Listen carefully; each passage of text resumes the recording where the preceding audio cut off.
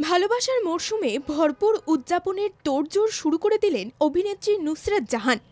রোজ ডের দিন হাতে এক গোছা টকটকে লাল গোলাপ নিয়ে সোশ্যাল মিডিয়ায় ফ্যানেদের উদ্দেশ্যে শুভেচ্ছা জানালেন নুসরাত। গোলাপ ফুলের দিনটাকে আরও কিছুটা উজ্জ্বল করে তুললেন নুসরাত জাহান। এমনকি ইনস্টায় প্রেম নিবেদন করেছেন তিনি। রোজ ডের দিন হাতে লাল গোলাপ নিয়ে ব্ল্যাক আউটফিটে ছবি পোস্ট করে ক্যাপশনে সেন্টিমেন্টাল নায়িকা লিখেছেন যে, "when it gets rosy so I get posy". Rose ডের দিন টলিউড নায়িকার এমন পোস্ট মন কেড়েছে নেটিজেনদের। কিছুদিন আগেই মুক্তি পেয়েছে নুসরাত ও জাসের সেন্টিমেন্টাল।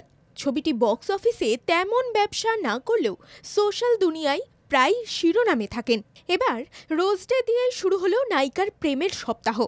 এরপর একে একে propose day, hug day, kiss day, chocolate ডেতে তিনি আর কি চমক দেন বা কোন ছবি পোস্ট করেন, এখন সেদিকে নজর নুসরাত ভক্তদের।